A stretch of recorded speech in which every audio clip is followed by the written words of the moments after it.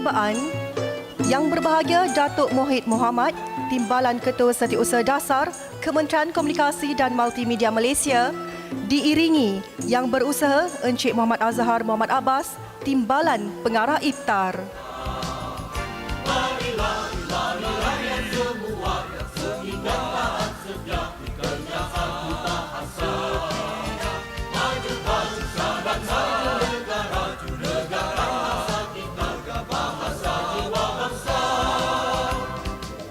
Alhamdulillah, buat kali kedua KKMM menerusi Institut Penyiaran dan Penerangan Tun Abdul Razak, IPTA, sekali lagi menganjurkan seminar berskala besar yang memberi fokus kepada isu kebahasaan bersempena dengan sambutan Bulan Bahasa Kebangsaan 2015 ini.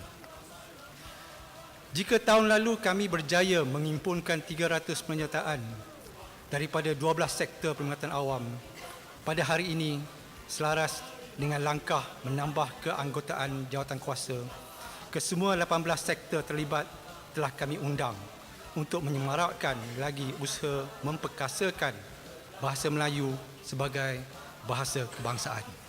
Sukacita saya ingin memaklumkan bahawa KKMM telah menjalani audit bahasa Melayu oleh Dewan Bahasa dan Pustaka pada 11 hingga 14 Mei yang lalu, dan hasilnya KKMM telah berjaya meraih keputusan cemerlang pada skala penilaian ARAS 5. Ini maksimum lah kan? Tahniah diucapkan.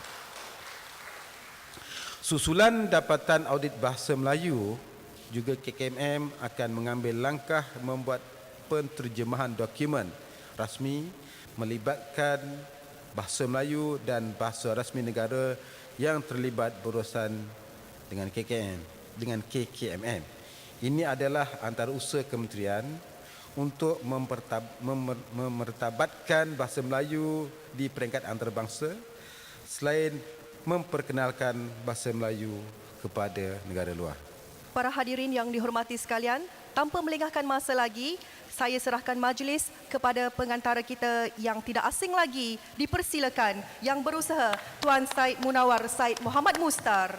Saya bukanlah paksi tarikan upacara pada hari ini. Tuan-tuan harusnya banyak menimba pengalaman dan ilmu daripada pertama sastrawan negara Profesor Emeritus Dr. Muhammad Haji Saleh. Beliau mula memenangi anugerah sastra yang pertama sewaktu saya belum lahir. Panelis yang kedua saya sebutkan tadi iaitu Dr. Lawrence Ross adalah manifestasi. Kalau tuan-tuan tercari-cari apakah penzahiran kejayaan pengantarbangsaan bahasa Melayu, maka Dr. Lawrence lah orangnya, merupakan satu bukti hidup pengantarbangsaan bahasa Melayu.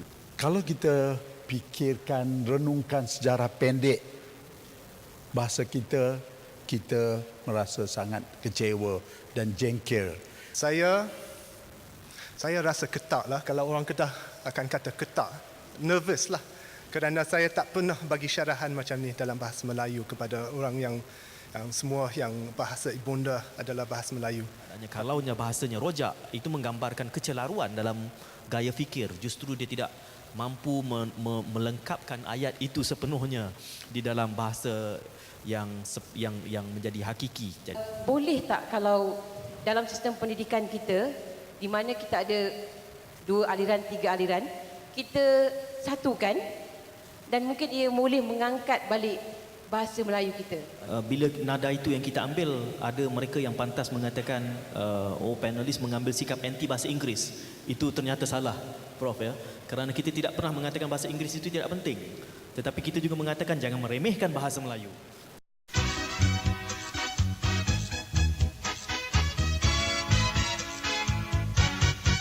Gunakanlah bahasa kebangsaan kita, marilah amalkan ramai-ramai. Bahasalah menyatukan kita semua, yakinlah bahasa jiwa